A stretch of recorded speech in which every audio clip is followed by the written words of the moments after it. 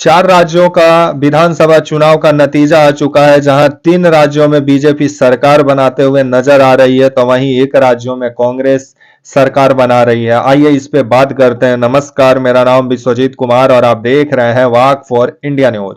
सबसे पहले जो तेलंगाना की बात करते हैं, और जो अभी 1:30 बज रहा है, अभी तक जो चुनावी नतीजे का जो रुझान है, जिसके अनुसार तेलंगाना में कांग्रेस पार्टी 66 सीट जीतते हुए नजर आ रही है और कांग्रेस पार्टी का ही सरकार तेलंगाना में बनते हुए दिखाई दे रहा है।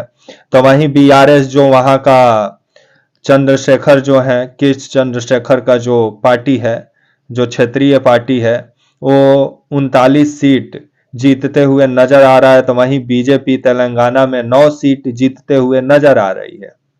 लेकिन तेलंगाना में जो ये चंद्रशेखर हैं, इनके खिलाफ काफी एंटी इनकम्बेंसी पहले से तेलंगाना में था।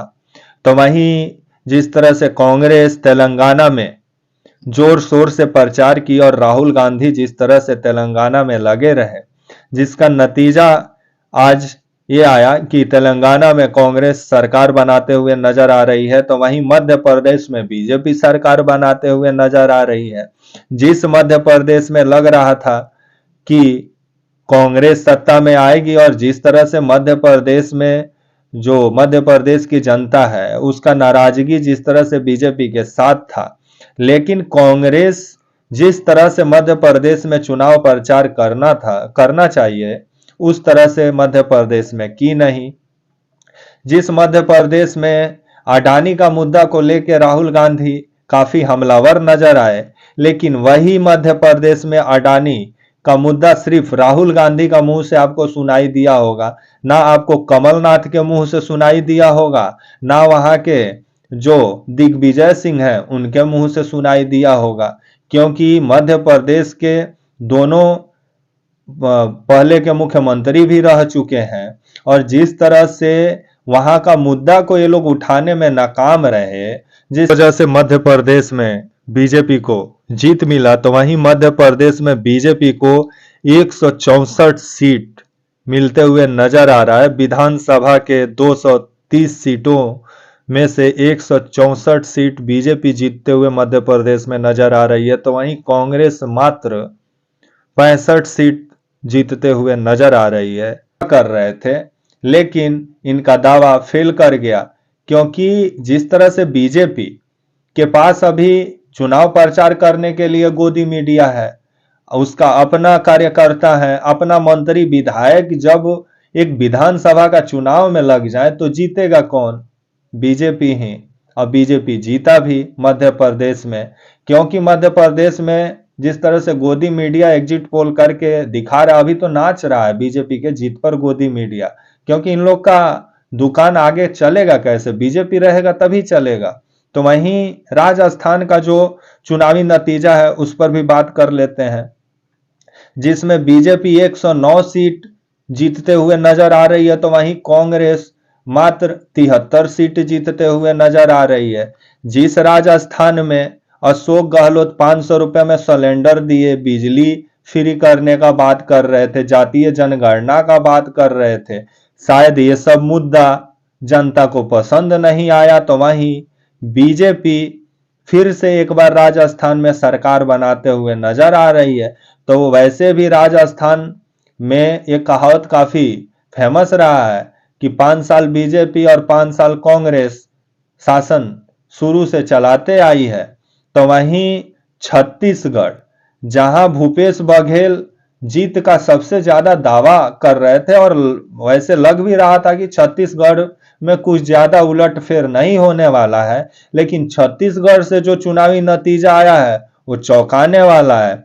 छत्तीसगढ़ में बीजेपी 54 सीट जीतते हुए नजर आ रही है, तो वहीं कांग्रेस मात्र 34 सीट जीतते हुए नजर आ रही है। तो इस पर जो भूपेश बघेल है वहां के मुख्यमंत्री छत्तीसगढ़ के, उनको भी सोचना चाहिए। वो जो वहां के जो आदिवासी लोगों के लिए, चाहे वहां कि स्थानीय लोगों के लिए जो योजना वो बनाए शायद लोगों को पसंद नहीं आया। तो वहीं मोदी जी का छत्तीसगढ़ में धुआंधार चुनाव प्रचार शायद लोगों को पसंद आया, और मोदी जी का मैजिक इस बार चुनाव में काम भी किया है। और छत्तीसगढ़ में जिस तरह से बीजेपी जीतते हुए नजर आ रही है, तो क्या भूपेश बघेल थोड़ा सा अपने अंदर भी कुछ झांक कर देखेंगे कि किस कमी से छत्तीसगढ़ में, जो भूपेश बघेल जातीय जनगणना की बात कर रहे थे, शायद छत्तीसगढ़ के लोग उसको भी पसंद नहीं किए। लेकिन इस बार का चुनाव में ऐसा लग रहा है कि विपक्ष मुद्दा उठाने में ही नाकाम रहा। पांच राज्यों में विधानसभा चुनाव था, लेकिन 4 राज्यों का विधानसभा चुनाव का नतीजा आया है आज के दिन 3 दिसंबर के दिन, जहां 3 राज्यों में बीजेपी जीत रही है। तो इससे साफ जाहिर हो रहा है कि जो विपक्ष है वो जो जेन्युइन मुद्दा है, जो लोगों का मुद्दा है, उठाने में पूरे तरीके से नाकाम रहा, जिसका नतीजा हुआ कि बीजेपी जीतते हुए नजर आ रही है। तो वहीं अब आने वाले समय में एक बार फिर से विपक्ष ईवीएम पर हमला बोलने वाला है, क्योंकि जिस तरह से 3 राज्यों में बीजेपी की सरकार बन गई, तो कांग्रेस और जो भी विपक्षी पार्टियां हैं वो तो ईवीएम पर ही ठीकरा फोड़ने वाली हैं। ये लोग अपने अंदर इन लोग को झांक के देखना चाहिए। जिस तरह से राहुल गांधी अडानी का मुद्दा हो या महंगाई, बेरोजगारी जैसे विभिन्न मुद्दा को लेकर के जिस तरह से खुल के मोदी सरकार को घेर रहे थे, वैसे घेरते हुए सिर्फ एक नेता नजर आई, वो थी प्रियंका गांधी।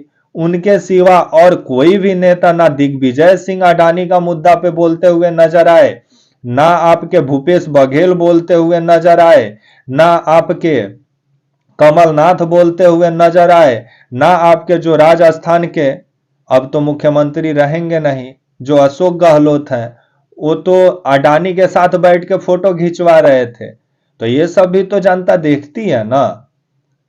और कांग्रेस को अपने ऊपर बहुत काम करने की जरूरत है, क्योंकि अगर आप मुद्दा को सही तरीके से जनता के सामने नहीं रख पाएंगे तो आने वाले समय में कांग्रेस को बहुत दिक्कत होने वाली है। क्योंकि मोदी जी के पास पूरा मीडिया का एक फौज है, गोदी मीडिया, नचनिया मीडिया मोदी जी के साथ है। मोदी जी के पास पैसा है, मोदी जी के पास पावर है, मोदी जी के पास ईडी है, सीबीआई है।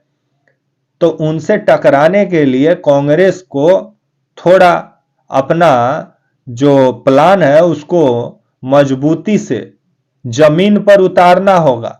नहीं तो अगर इसी तरह अधूरा प्लान करके चुनाव में कांग्रेस उतरती रही तो कांग्रेस इसी तरह हारते रहेगी, और इस हार का जिम्मेवार और कोई नहीं होगा, कांग्रेस के ही नेता होंगे। तब तक के लिए नमस्कार।